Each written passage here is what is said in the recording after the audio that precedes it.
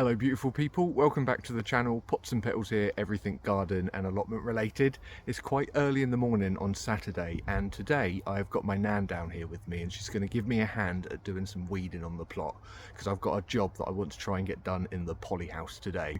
I do want to try and make a shelf for over winter so that I've got all my seedlings nicely in the Polyhouse and not down on the floor where the slugs and snails like to hang out. So we're going to have a go at building that today, and also I would like to try and get the paths all nice and neatened up. My nanny, bless her, she's going to be in the fruit cage. To be fair, I don't think it's been touched since she was last in there, which is a good 7-8 months ago. So yeah, she's going to go in there and give that a good old weed for me today, and hopefully we'll be able to harvest some of the raspberries too. So to begin with, let's start with the Polyhouse shelf and let's get building that today. So here's the old Polyhouse door that we put on just last weekend, and it seems to be sticking really well. I haven't really used it much yet because it hasn't really been cold enough. But the idea today is that I want to try and install a shelf just along that left hand corner. I'll tell you what, let me go and get the bit of wire mesh that I've got just to give you an idea of where it's going to go. So the idea is we're going to add a batten along here, and then we're going to use this wire mesh and we're going to frame it with some wood, and then with some hinges, some chains and some added legs we're going to add some stability. And the idea is that we can fold it away in the summer when we've got all the tomatoes growing in here, and then I can fold it out in the winter when I'll be using it most. So let's clear some of these squash away. I might have to remove a couple of these metal poles and definitely those bamboo canes and get it ready so that we can start installing the batten.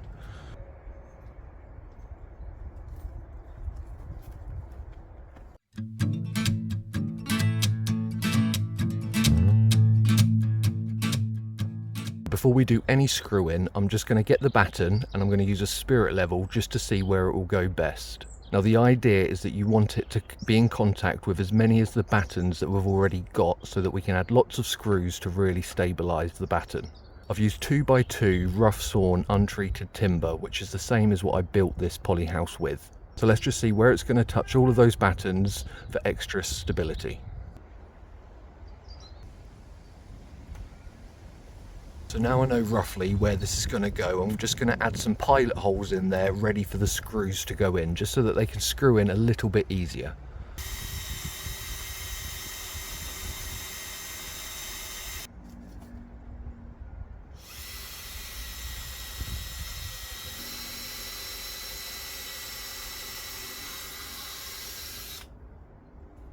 Right, so I've plonked the chair in there, and it's going to hopefully act as sort of like a second pair of hands just to hold that end whilst I get the screw in at the other.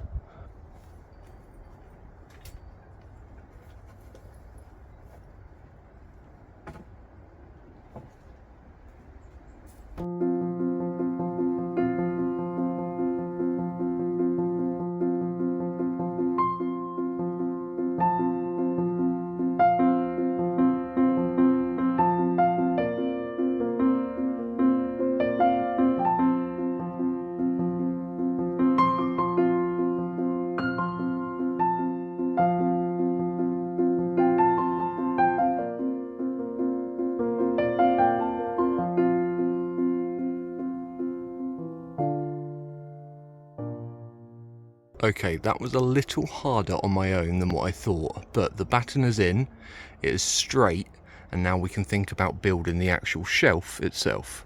So next we're going to start building the frame around the wire mesh, and we've got some different woods. So this is 10 centimeters in width by 2.5 centimeters thickness, and it's 2.4 meters long. So we're going to use this to build the frame around the outside, and then we're just going to batten the edges, so in each of the corners, just to give it a little bit more extra strength.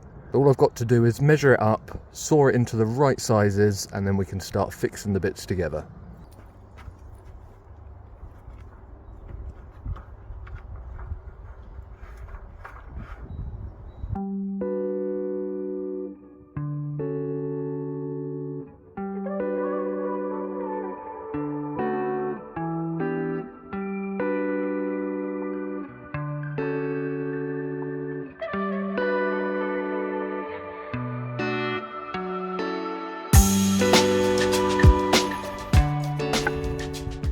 Those two lengths of wood are exactly the right size, so I've only had to cut out the ends. So now we just need to attach this all together and frame it up.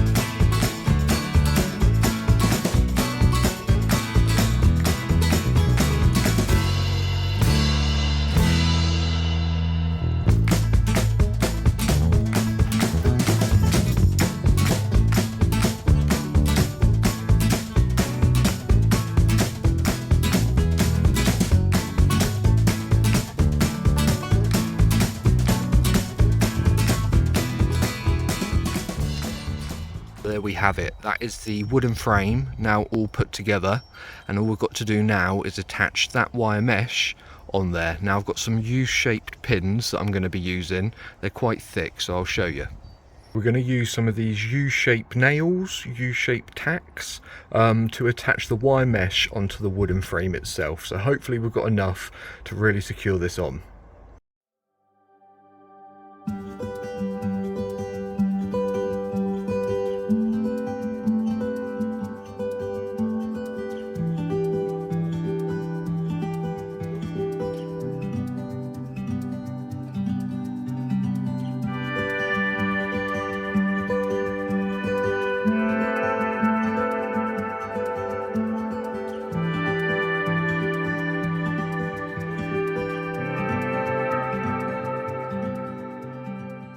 There we go, we've now got the wire mesh attached to the frame and it's nice and sturdy on there with those clips. Now we just need to build the legs so that it's got a little bit more support.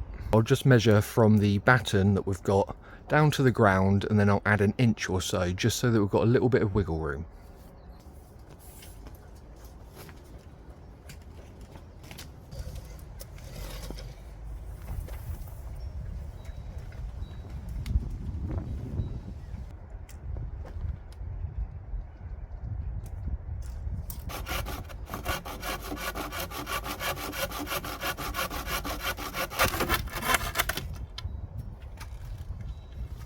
So we've got some chrome plated butt hinges here, and we're going to use these to attach the legs onto the bottom of the shelf so that it's easily foldable throughout the summer months. I'm adding the legs because I do need to add a little bit more stability because the shelf itself is actually really heavy, and we're also going to add some chains, but I'll show you that towards the end of the project.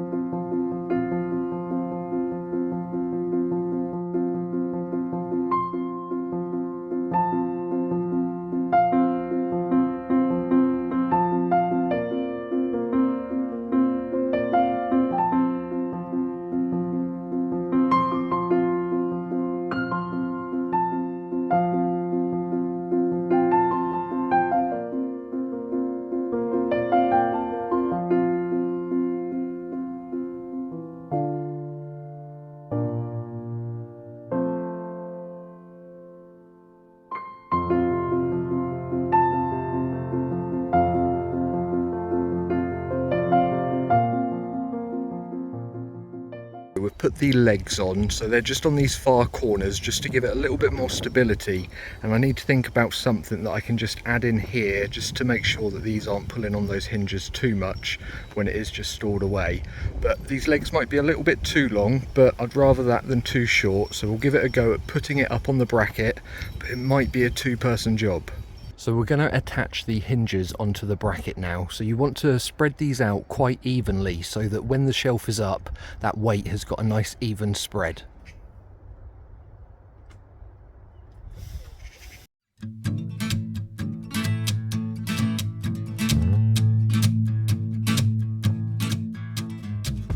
So that's the hinges on. Now we need to try and attach the shelf.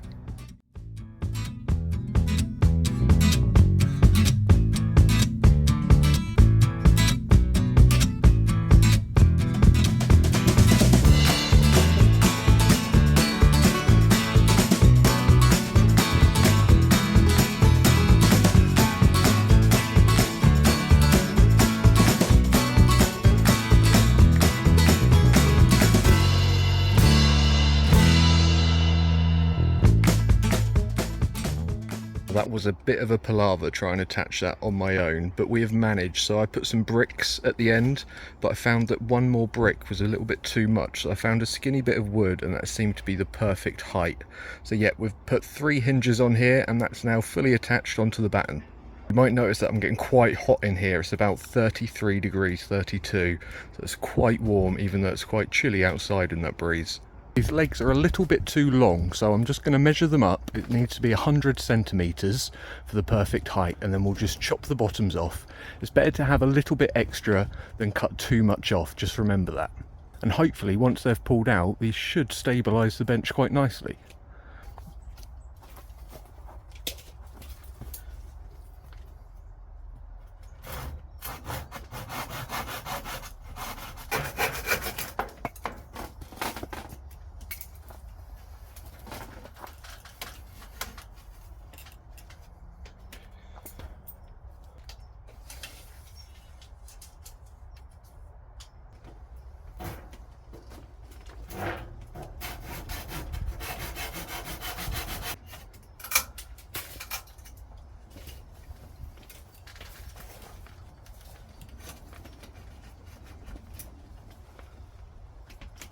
And there we have it, a sturdy little bench there that I can start putting my seedlings on.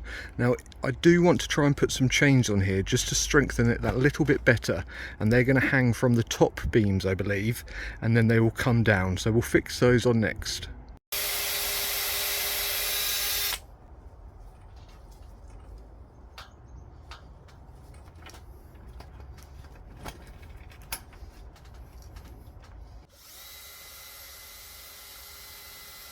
I need to try and get the exact size chain that I want. I have tried cutting it, but that's just going to take forever. So I'll try and get some more chain, but this is going to do for now. Now I'm just going to try and fold it away and put it back up again just to see how easy and how nicely everything fits into place.